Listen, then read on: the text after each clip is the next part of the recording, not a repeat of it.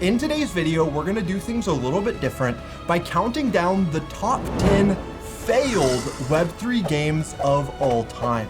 And hopefully, through analyzing these failed projects, we'll be able to better discover which games in the future have the highest chance to succeed. Coming in at number 10 is Entropia Universe. Now, I'm cheating a little bit by including this game in our list because it is actually the only non-blockchain game on this list. And for anyone who's really new, the blockchain just means that there's like a decentralized way to secure ownership. Entropia was not on the blockchain, so there was no decentralized guaranteed ownership in this game.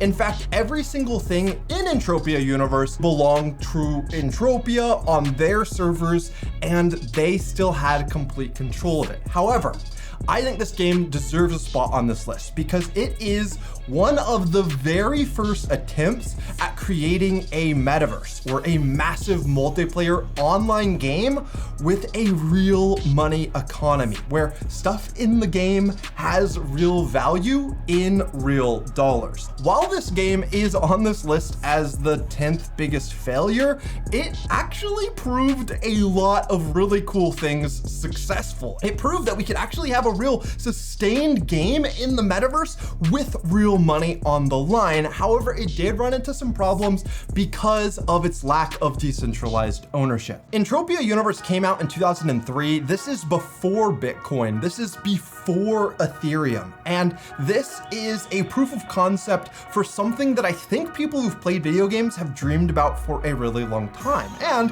at first, it was looking pretty successful. In 2004, a year after the launch of Mindarc's real money economy game Entropia Universe, user Deathifier bought a treasure island on planet Calypso for 265,000 PED, which stands for Project Entropia dollars, which is equal to about 26,500 US dollars.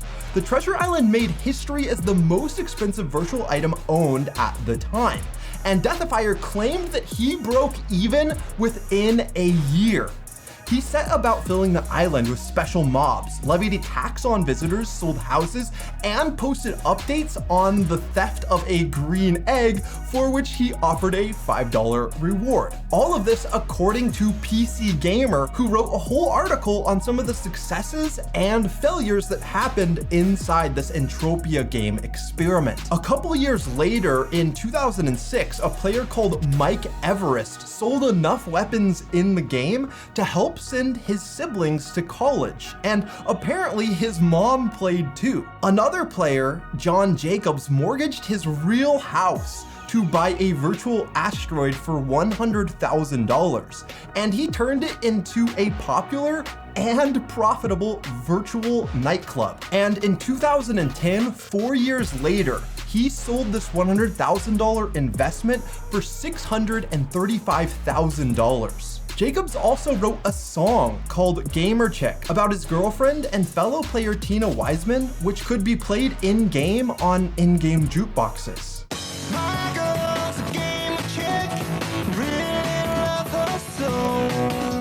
When Wiseman died in 2005, Mindarc built an in-game monument for her. Honestly, as I was reading through this PC Gamer article, my mind started going wild at how crazy cool it would be to have a game like this that could really be successful and that could really just bring in the masses of players having a brand new virtual world. Unfortunately, some real problems set Entropia Universe back that stopped it from ever really being able to grab the confidence and trust of the masses. In 2005, Deathifier told PC Gamer that being an Entropia millionaire would happen someday. A sentiment that I have shared generally about Web3 games. There will be Web3 gaming millionaires who make millions inside the metaverse. I really believe this. Unfortunately, Entropia ended up not being the game to create these millionaires. And in 2016, long after Entropia Universe was making the news, Deathifier actually filed a lawsuit against Planet Arcadia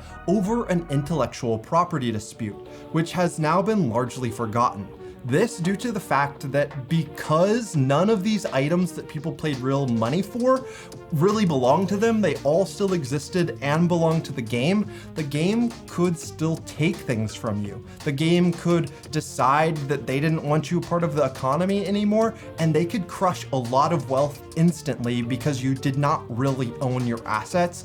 And this ended up being the death blow for Entropia Universe. Now, that said, the game still has over 50,000 players, which is pretty crazy for a game that came out in 2003. I think from this first game, one of the big lessons that we learned is that this is actually kind of possible. And these experiments have been tried even before we had the blockchain. Unfortunately, the technology wasn't quite ready yet for Entropia Universe to really charge real money and give real ownership to players. And because of that, it led to a lot of legal issues down the line. But now, because we have the blockchain, and this was the biggest thing that stopped Entropia Universe from being able to succeed as a real money game, maybe this is all possible now. But let's not get too optimistic because we still have 9 more failed blockchain games to cover. We're gonna jump ahead 11 years to get to number 9.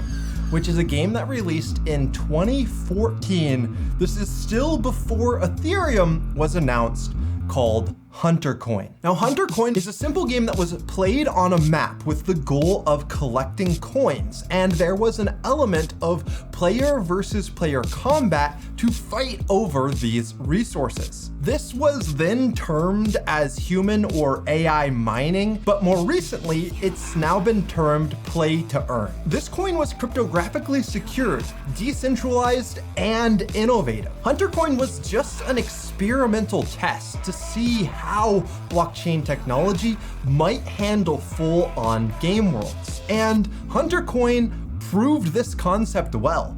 Really the first example that it was possible to turn a blockchain into its own metaverse. However, Hunter Coin ran into one really big problem. And in fact, if we look at their FAQ, one of the first questions that they feature there is, won't bots take over?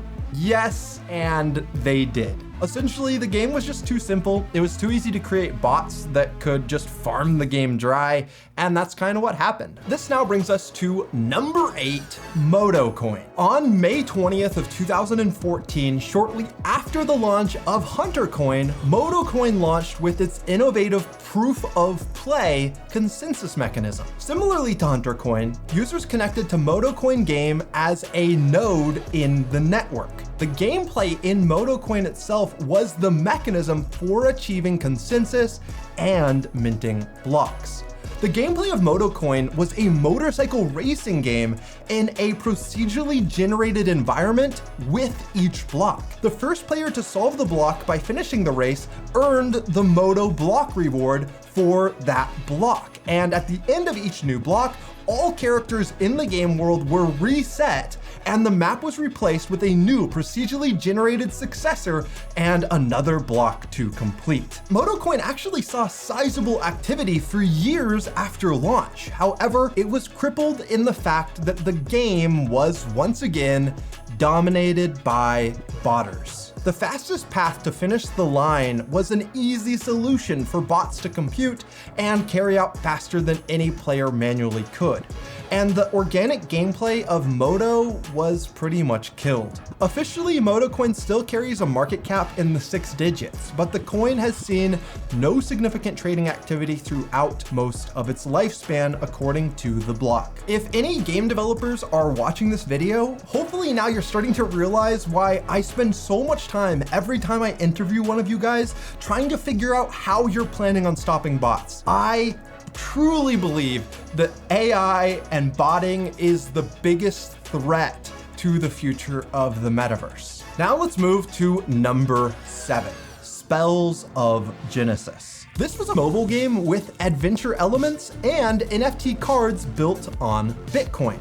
Initially successful, this game eventually failed due to Bitcoin transactions, making the game impossible to earn in. Essentially, as Bitcoin started to become more and more valuable, the transaction fees started to become more and more insurmountable, and pretty soon it was impossible to earn in this game. Now let's move to number 6, which was a game called Dragon's Tail. Dragon's Tail was a persistent 3D world filled with original games designed to attract casino gamblers and MMORPG players alike. Now, while about half of the games in Dragon's Tail are simple, like slot machines, there were also a lot of games in Dragon's Tail that were deep and required thought and skill. In addition to solo games, they also included unique player versus player games so that patrons of this cool blockchain world could stack their wits against one another. If you actually look through the list of games available on the website, it's pretty hilarious. There's everything from farming to cow tipping to just playing cards, and it was a really cool kind of proof of concept 3D blockchain world. Unfortunately, this game, just like the last game, kind of fizzled out over time as the game became growingly inaccessible. Because the game's currency was Bitcoin, it just had too slow of transaction times and increasingly expensive transaction fees, which rendered the growth of the game infeasible. And that's what honestly killed most of these games that were built on Bitcoin. Bitcoin's just not a good chain for gaming. Now let's talk about number 5. Beyond the Void. Beyond the Void was actually a pretty cool and fully immersive and fun game. It was a space real-time strategy slash massive online battle arena game, which allowed you to fight as a fighter pilot in space. The game released on Steam with mixed reviews, only about 57% of players saying they enjoyed the game. Because it was released by such a small indie studio with no marketing budget, it just could never get the player base that it needed. This game was also released long before crypto gaming YouTubers like us at On-Chain Gaming existed, and the game simply could not gain or maintain a player base. Players would need to wait nearly 30 minutes to find a player versus player match, and eventually the servers were shut down. Unless there's some viral fun mechanics or addicting gameplay mechanics, a game will not survive just because it has blockchain components. All right, now while number 10 was arguably the only non-Web3 game on this list, number 4 is the only arguably not game on this list, but it is on the blockchain. Number 4, we're talking CryptoKitties, which is a game, a term used loosely, that was making a ton of headlines, not in this most recent crypto bull market, but actually in the crypto bull market before this. This game, while it did have some really big problems, also inspired Axie Infinity, and for a while, CryptoKitties was doing insanely well. CryptoKitties was the game that first proved collectible NFTs would have a future. Dozens of cats sold for over $500,000, some selling for over $1 million. For those of you guys who aren't familiar with CryptoKitties, it's a game centered around breedable, collectible, and oh so adorable creatures we call CryptoKitties. But it was true that these were some of the first collectible assets that were not replicated. They couldn't be taken away and they couldn't be destroyed. And while not a complete game, this was one of the very first gamified NFT projects. CryptoKitties died because of unstoppable escaped inflation. It was just getting crazy. There were just so many CryptoKitties at a certain point that it was hard for them to keep any value whatsoever. And this was a very, very important lesson about how we cannot have wild runaway inflationary economies in Web3 games if we hope whatever is inflating to maintain any kind of value. The only way for something to maintain value is for it to have good utility and a certain amount of scarcity that stays, like it remains scarce even as the game starts to grow. Coming in at number 3, we have Alien Worlds. Now, Alien Worlds was like viral for a couple months And I really have no idea why. This game's coin went absolutely parabolic at one point when the game was added to Binance, and Binance announced that they were like partnering with Alien Worlds.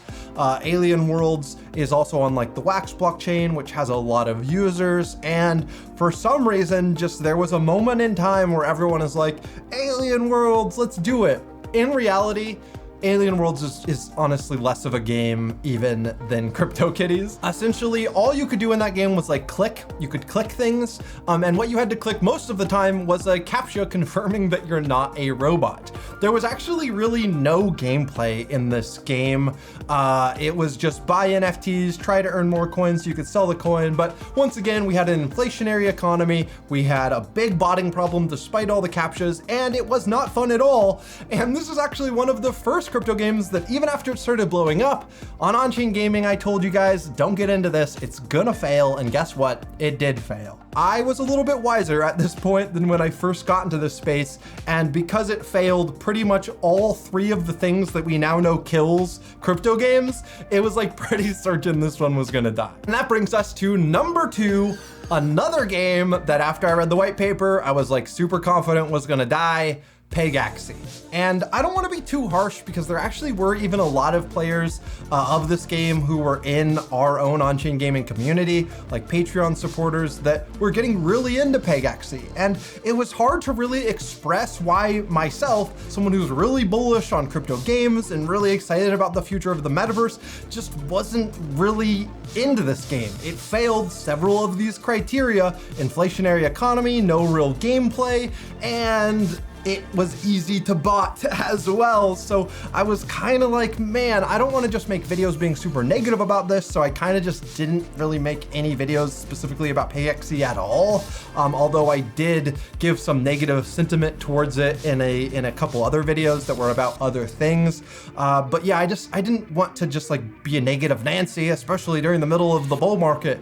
But it was pretty clear that Pegaxi was going to be a game that would have its currency lose all of its value, and like all pyramid schemes, which it was kind of set up like, it would eventually collapse. Which now brings us to number 1, Axie Infinity. This is a game that I need to take some responsibility for. I was one of the people that probably impacted this game getting blown up. And the reason why I was so positive and bullish on this game, at one point, I even made a video, don't worry about buying your first Axie team. I was like, just do it, it's gonna be fine. The reason I was so bullish about this game is because I started to really like the team that was behind it. I had several interviews with Jiho, and it sounded like all of these ideas I was sharing, like there needs to be sinks for SLP besides breeding so that we can make this not pyramid schemey, right? Like we need something for people to pour their SLP into and burn it so that this currency doesn't just start getting insanely inflated. And they agreed with all this stuff. They're like, yeah, we agree this needs to happen.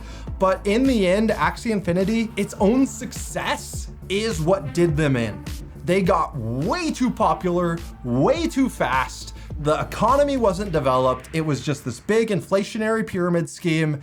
And I feel like if the game hadn't blown up yet, like if they had had another 3, 4, 5 years to develop it, then it might have blown up and actually been able to succeed.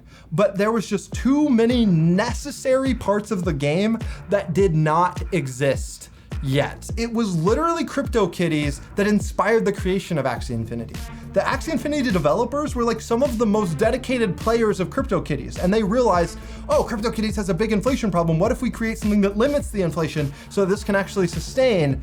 And that was their initial idea going into it. Unfortunately, the economy wasn't sustainable, and bots absolutely destroyed everything and started sucking the economy dry. And because it wasn't balanced, inflation just went insane.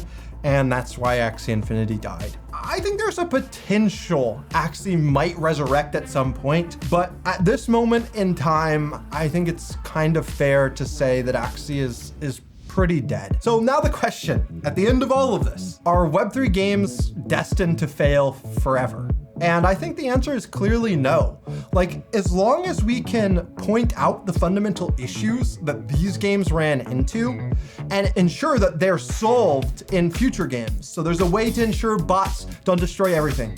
There is a sustainable, balanced economy that has no hyperinflationary aspect specs that are just gonna destroy the value of the whole economy. And we have a very fun game that players would wanna play even if it wasn't on the blockchain, even if they didn't actually own their stuff. A game needs to be fun enough to live on its own. And I think as long as all three of these things are solved, which these are what has killed all 10 of these games on this list, then we can have successful games going forward. If you appreciate the content that we make here at On-Chain Gaming, there has never been a better time to support our channel. If you don't know, I don't make these videos by myself. Nate, my brother, is an editor, Josh, our friend, is an editor, and then Aaron, my other brother, is the agent for On-Chain Gaming. And we just hired an awesome community member, Fleef, to start providing value to our Patreon members to ensure that it's worth it to support On-Chain Gaming. So not only is it a great community where you can chat with others who are excited about Web3 games and learn what their favorite games are and find members to game with, but also we're now doing monthly NFT giveaways. We've been giving away a lot of Mirandus